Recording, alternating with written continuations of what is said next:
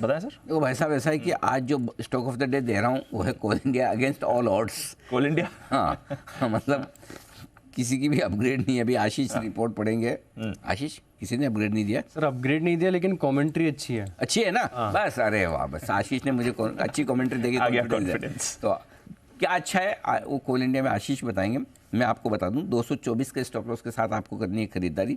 232, 234 और 237 के 3 टारगेट के लिए खरीदारी करनी है। ठीक है। ज़्यादा अच्छा हो तो 240-45 तक भी जा सकता है। रिजल्ट वैसे देखा जाए तो हर एक पैरामीटर पे उम्मीद से थोड़े बेहतर ही है, बिल्कुल।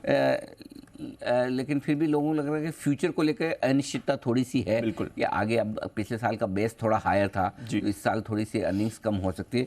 मेरा ये मानना है कि कोयले के दाम थोड़े घटे भी थे ग्लोबल मार्केट्स में, उससे भी लोगों को लग रहा था कि ये साल थोड़ा ठंडा जा सकता है। लेकिन अब धीमे धीमे वापस प्राइसेस फर्म अप हो रही है, मजबूत हो रही है। तो एक ये हो गया।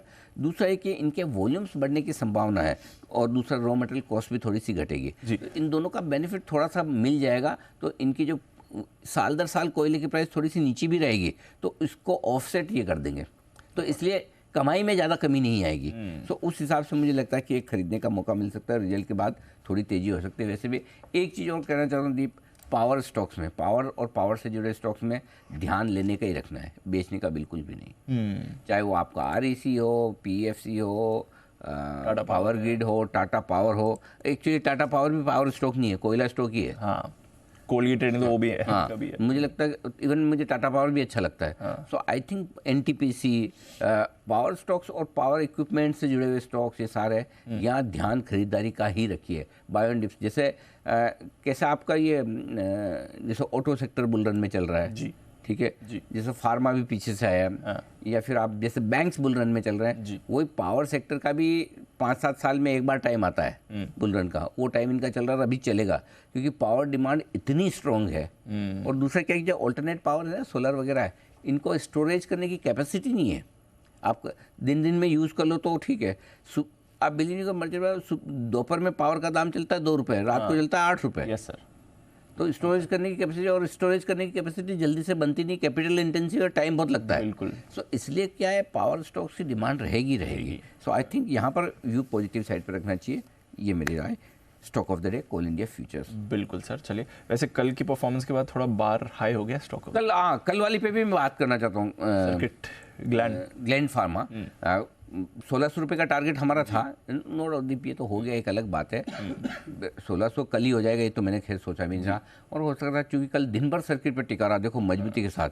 अब मैं एक चीज़ यहाँ कहना चाहता हूँ, अगर आज एक फिर से गैप से खुलता है और खुलेगा भी, करेक्ट, आप सर्किट कहाँ लगाए देखो, और उसके बाद एक भी बार हिला नहीं है, पूरा दिन रहा है। मतलब कोई तो खड़ा है कि मुझे आज इस भाव में चाहिए जितना आने दो, और कल फिर लेना चाहता हूँ। आज गैप से खुले तो अब आपको बिल्कुल भी नहीं लेना है। हाँ, लेना ही नहीं, चेज नहीं करना। नहीं, क्योंकि इनकी चाइना की एक फैसिलिटी है जो कई सालों से बंद पड़ी हुई है इंस्पेक्शन के लिए। उसकी अप्रूवल वो इंजेक्टेबल्स बनाने वाली है। अप्रूवल आ भी गई तो इनको ज़्यादा फायदा नहीं। क्या हुआ क्या कि कोविड सबसे लंबा चाइना में चला है। सबसे पहले शुरू हुआ, सबसे लास्ट में यस सर उन्होंने कोविड खत्म किया। बिल्कुल। तो इस बीच में जो सिरिंज वगैरह, इंजेक्टेबल्स और ये सब जो बनाए ना, उनकी कैपेसिटी चाइना ने बहुत बना दी। तो अब ये कर भी लेंगे, अप्रूवल भी आ जाएगी ना, तो इनको फायदा नहीं होगा, फर्क नहीं पड़ेगा। हाँ, तो इसलिए ग्लैंड फार्मा के लिए आगे के लिए बहुत अनाप शनाप कमाइयाँ हो जाएगी। वो नहीं है, ठीक है, गिरा पिटा मरा हुआ स्टॉक है, एक लेवल से चलना चाहिए, अच्छी रिजल्ट है, थोड़ा बढ़ना चाहिए, वो बढ़िया है। हो सकता है थोड़ा और बढ़े, अब कितना 5% बढ़ता है, 10% बढ़ता है, मुझे पता नहीं, लेकिन अब आपको लेना नहीं है। अब नहीं लेना। और अगर आपने कल लिया है, अगर वैसे तो कोई 5% खुलने के ऊपर खुलने के बाद कौन ले पाता है, कोई शूरवीर अगर है जिनमें हिम्मत थी और जिन्होंने लिया है, तो आज गैप मिले, थैंक यू कर दीजिए। ग्रैंड जी, बहुत बहुत धन्यवाद। आपसे ज़िंदगी में कभी नहीं सोचा था कि इतना कमा पाएंगे IPO के वक्त से। एक दिन में आपने वो करके दे दिया, थैंक यू। ऐसा करके धन्यवाद देके निकल जाइए। बिल्कुल सर, बिल्कुल। पोजिशनल टारगेट एक दिन में आ जाए तो फिर तो मुनाफा वसूली भी बनती है उसमें। ठीक है सर, चलिए।